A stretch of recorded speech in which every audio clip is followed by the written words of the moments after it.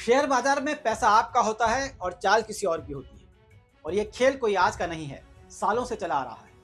लेकिन जैसे जैसे वक्त बदल रहा है, इस खेल के खिलाड़ी भी पैंतरे बदलकर मार्केट में आ जाते हैं। कभी इनसाइडर ट्रेडर बनकर, कभी ऑप्शन के जाल बिछाकर, और एक ऐसे ही खिलाड़ी को बेनकाब किया है सेबी, जिसका नाम है जैन स्ट्रीट ग्रुप। ये दुनिया की सबसे बड़ी ट्रेडिंग फर्म है, खुद को सबसे बड़ा ट्रेडर बताते हैं, लेकिन सेबी की नज़र से न बच पाए। सेबी ने इनके दांव पेच पकड़ लिए, क्योंकि दुनिया की सबसे बड़ी जैन स्ट्रीट ग्रुप कंपनी ने शेयर बाजार में हेरफेर करके 36,502 करोड़ रुपए का गलत तरीके से मुनाफा कमाया है।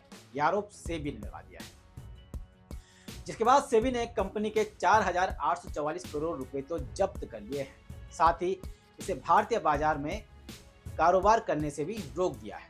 और इस तरह किसी विदेशी ट्रेडिंग फर्म के खिलाफ भारत में अब तक की सबसे बड़ी कार्रवाई हुई है। लेकिन उसके बावजूद सेबी निशाने पर है, और निशाना साधा है कांग्रेस ने। कांग्रेस नेता राहुल गांधी ने ट्वीट किया है, जिसमें उन्होंने लिखा है कि मैंने 2024 में साफ कहा था कि एफएनओ बाजार बड़े खिलाड़ियों का खेल बन चुका है और छोटे निवेशकों की जेब लगातार कट रही है। जब सेबी खुद मान रहा है कि जैन स्ट्रीट ने हजारों करोड़ रुपए की मैनिपुलेशन की, तो सेबी इतने समय तक चुप क्यों रही? मोदी सरकार किसके इशारे पर आंखें मूंदे बैठी थी, और कितने बड़े शार्क अभी भी रिटेल इन्वेस्टर्स को शॉर्ट कर रहे हैं?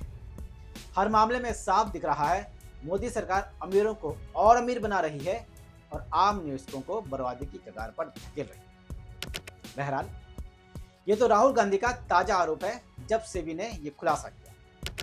लेकिन 2024 में वाकई में जब सेबी ने यह खुलासा नहीं किया था, तब राहुल गांधी ने सोशल मीडिया प्लेटफॉर्म एक्स पर क्या पोस्ट किया था, उसे भी देख लें। उन्होंने उस वक्त लिखा था कि अनियंत्रित एफएनओ यानी फ्यूचर एंड ऑप्शन ट्रेडिंग पिछले 5 सालों में 45 गुना बढ़ गई है। पिछले 3 सालों में 90% छोटे निवेशकों ने 1,80,000 करोड़ रुपए गंवा दिए हैं। सेबी को इस मामले में उन बड़े खिलाड़ियों का नाम सामने लाना चाहिए, जिनकी वजह से छोटे निवेशकों को इस तरह की ट्रेडिंग में बड़ी मार पड़ रही है।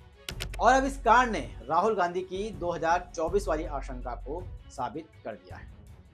जैन स्ट्रीट ग्रुप, जो 45 देशों में इस कंपनी के ऑफिस है और 2,600 से ज़्यादा कर्मचारी काम करते हैं, ये कंपनी एक्सचेंज, इक्विटी, बॉन्ड और ऑप्शन मार्केट में भी बड़ा कारोबार करती है।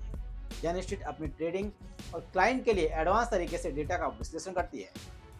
सेबी की जांच में पता चला कि जैन स्ट्रीट ने इंट्राडे इंडेक्स मैनिपुलेशन स्ट्रेटेजी का इस्तेमाल किया था, जिसमें ये लोग सुबह के समय निफ्टी बैंक के शेयरों और फ्यूचर्स को खूब खरीदते थे, जिससे उनकी कीमतें बढ़ जाती थी, और फिर दिन के आखिर में इन शेयरों को ये कंपनी बेच देती थी, जिससे इनकी कीमतें फिर गिर जाती थी। और इस तरह कंपनी ने जानबूझकर इंडेक्स को ऐसे समय पर बदला जिससे उसे ऑप्शन में फायदा हो, और दूसरे ट्रेडर्स को इस बारे में कुछ भी पता नहीं चल पाता था। और ऐसा कर उसने 36,502 करोड़ रुपए कमाए, और इस मुनाफे को वापस विदेश भेज दिया गया। और जब ये पैसा विदेश भेज दिया गया है, तो फिर कैसे वसूली होगी? फिलहाल के लिए सेबी ने 4,843 करोड़ रुपए का गैर कानूनी मुनाफा जब्त करने का आदेश दिया है, और जैन स्ट्रीट को भारतीय बाजार में कारोबार करने से भी रोक दिया है। कंपनी के सभी बैंक अकाउंट, डीमैट अकाउंट और कस्टोडियल अकाउंट फ्रीज कर दिए गए। लेकिन अभी सेबी को ये सब सच भी साबित करना होगा। तो अब तक जो लोग अपना पैसा बाजार में डूबते देख रहे थे, तो उसकी सच्चाई ये है। लेकिन एक दूसरा सच और भी है, और वो ये है कि ये घाटा सिर्फ किस्मत का नहीं है, कच्ची समझ का नतीजा भी है।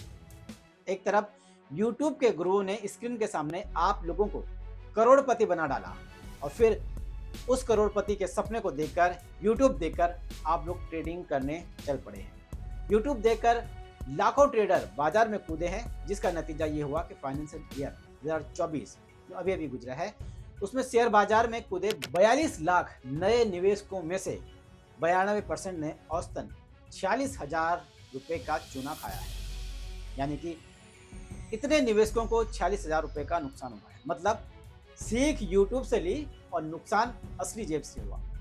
ये बाजार है साहब, यहाँ बाय का बटन दबाने से पहले सोचना जरूरी है। वरना बचेगा सिर्फ टाटा बाय बाय पैसा।